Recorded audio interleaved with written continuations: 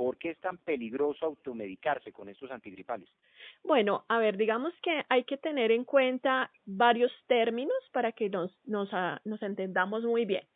Hay algo que es la automedicación y hay algo que es la autoprescripción. Son conceptos diferentes. La automedicación es la que hacemos con medicamentos de venta libre. La autoprescripción cuando hacemos uso de medicamentos de venta bajo fórmula médica. ¿Cuál es la diferencia entre esos dos? Que los medicamentos de venta bajo prescripción solo los puede ordenar un médico. Entonces, esos medicamentos que los reconocemos porque en el empaque, en el envase aparece que solo se venden bajo prescripción, son los que no podemos utilizar si no ha sido prescrito por un médico.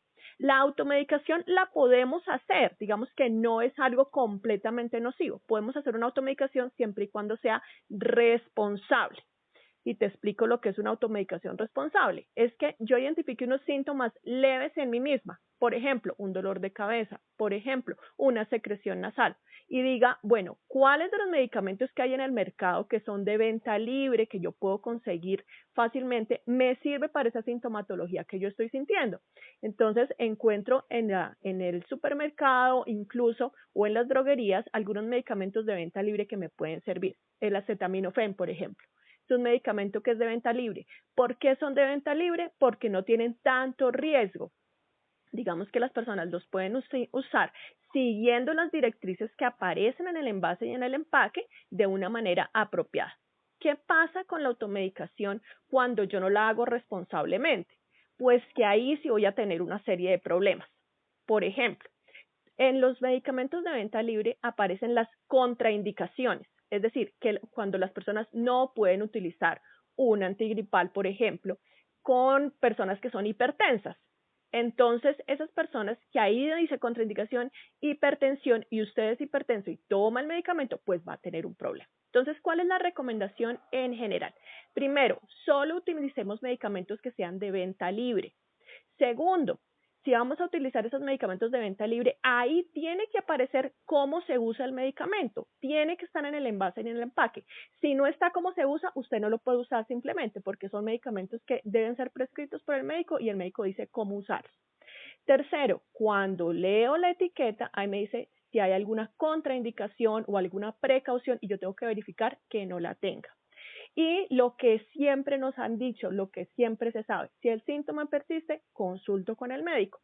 Sabemos que ahorita hay una gran cantidad de casos, pero sí es importante porque si los síntomas se agravan, pues ahí es donde vamos a tener las hospitalizaciones y demás. Doctora Caro, de todas maneras, ¿en quién se apoya? Porque es que muchas personas que tienen síntomas que además se aíslan, incluso llaman a la CPS, no les dan citas virtuales, les dicen que tienen que aislarse, que no vayan a urgencia porque está todo congestionado. En el farmacéutico, en el dependiente, o a quién acude, porque de pronto muchas personas no tienen esa orientación. O De mejor dicho, acuerdo. le agrego algo que se conoce coloquialmente como el matrimonio. ¿Eso sería peligroso? Y le Eso sí inyectan es muy entonces peligroso. una vacuna y entonces, vacuna no digo, una inyección. Una inyección, ajá. Una citromicina. La inyección y Eso sí entonces... es muy peligroso. Entonces, ¿qué es lo que debemos hacer? Por ningún motivo, ningún medicamento inyectable. Todo medicamento inyectable es de venta bajo prescripción médica. Y cuando usted sí ya tiene su prescripción y le dicen, no, es que usted tiene que administrarse tal medicamento inyectado, claro, uno va a la droguería y se lo inyecta. Pero antes no, o sea, no, ninguna persona puede sugerirle a nadie que se inyecte absolutamente nada, porque las inyecciones pues tienen unos riesgos mucho más altos. Primera cosa. Segunda cosa, muchos de los medicamentos que a veces se sugieren son antibióticos. Los antibióticos por ningún motivo los podemos utilizar, como uno que tú nombraste hace un minuto, acitromicina.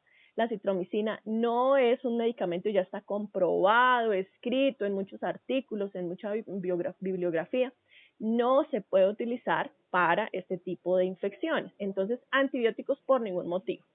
¿En quién puede uno confiar? Quiero decirles que lo principal que uno puede hacer es leer las cajas de los medicamentos. Voy a dar un ejemplo.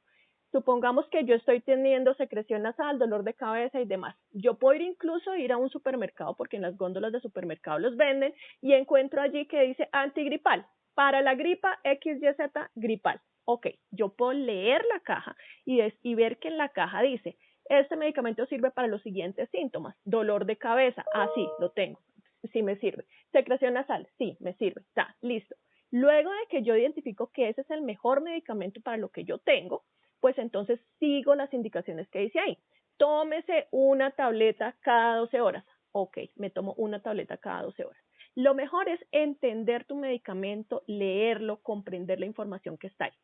Si nosotros vamos a la droguería, existen muchos droguistas muy queridos, muy bien formados, muy buenos, que te dicen, mire, esto es de venta libre, usted tiene una gripa, esto le sirve para esto, o usted tiene un dolor de garganta, simplemente me está empezando un dolor de garganta, este spray, usted se lo aplica en la garganta, pero siempre que yo comente con un droguista, debo, primero, verificar que en el empaque tal cual dice eso, y segundo, seguir las recomendaciones que están escritas en el empaque. ¿Sí? Esa es la información real.